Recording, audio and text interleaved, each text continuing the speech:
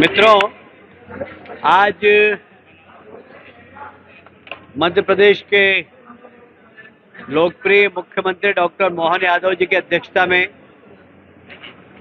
विधानसभा भवन में ही कैबिनेट की बैठक संपन्न हुई।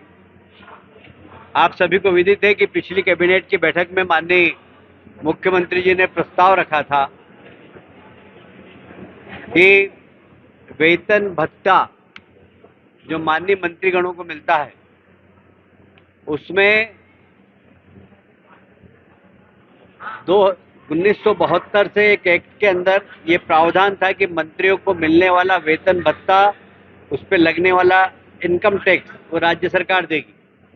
माननीय मुख्यमंत्री ने जब मंत्रिमंडल में प्रस्ताव रखा तो सभी माननीय मंत्रीगणों ने उसको सहर्ष स्वीकार करते हुए तो आज उस पर कैबिनेट में प्रस्ताव आया और उस संशोधन विधेयक को पास कर दिया गया।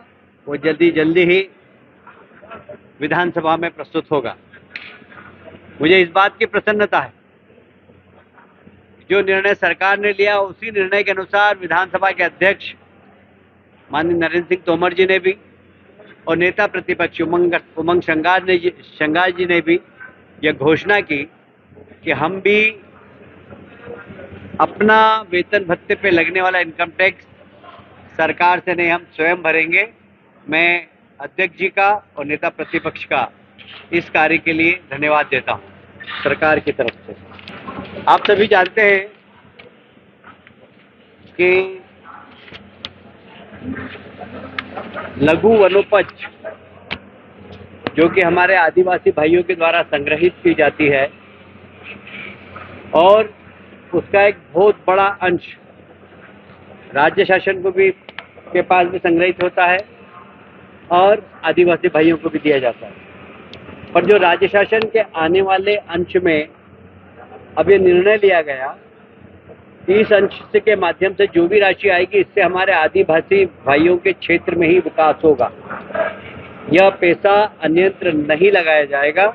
कैबिनेट में इस विषय में भी निर्णय लिया गया। वैसे ही हमारे माननीय महामहिम गवर्नर साहब ने एक सुझाव दिया था कि विश्वविद्यालय के कुलपतियों को कुल गुरु बोलना चाहिए। तो मध्य प्रदेश निजी विश्वविद्यालय स्थापना और संचालन संशोधन विधेयक आज कैबिनेट में प्रस्तुत हुआ, जिसमें कुलपति को अब कुल गुरु के नाम से संबोधित किया जाएगा। एक और महत्वपूर्ण विषय पर आज कैबिनेट में निर्णय हुआ।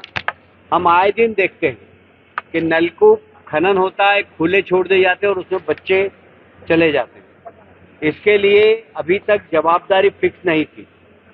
अभी आज कैबिनेट ने एक निर्णय लिया है कि इसमें रिस्पॉन्सिबिलिटी फिक्स की जाएगी। ड्रिलिंग करने वाले की जो ड्रिलिंग करता है उसे ड्रिलिंग करने के बाद उसको बंद करना होगा।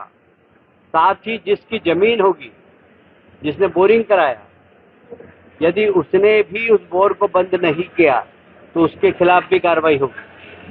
और यदि दोनों बंद नहीं करते हैं तो राज्य शासन बंद करेगी तो उसकी राशि दंड सहित उनसे वसूली जाएगी। ये एक बहुत महत्वपूर्ण निर्णय है, क्योंकि बच्चे खेलते खेलते हमेशा नलकूप में चले जाते हैं। देश में ऐसा किसी भी राज्य में कोई प्रावधान नहीं था। डॉक्टर मोहन जी यादव के नेतृत्व में आज मध्य प्रदेश पहला राज्य है जिसमें इस संबंध में निर्णय लिया गया कि इसमें रिस्पॉन्सिबिलिटी फिक्स की गई। अभी तक गोवंश के परिवहन के अंदर ये प्रावधान था कि गोवंश तो जब्त कर लिया जाता था, किंतु गाड़ियां जिसमें गोवंश परिवहन होता वो राजसात नहीं होती थी, क्योंकि नियम में कलेक्टर कोई अधिकार नहीं था। आज ये अधिकार भी कलेक्टर को दे दिए गए हैं कि जब भी कोई गोवंश का परिवहन करे तो जिस प्रकार आबकारी में और माइंस के अंदर राजसात करने का अधिकार है जिलाधीश को, वैसे ही अधिकार आज गोवंश परिवहन पर भी माननीय कलेक्टर महोदय को यह अधिकार दिए हैं कि वे गोवंश के परिवहन की गाड़ी को राजसात कर सकें।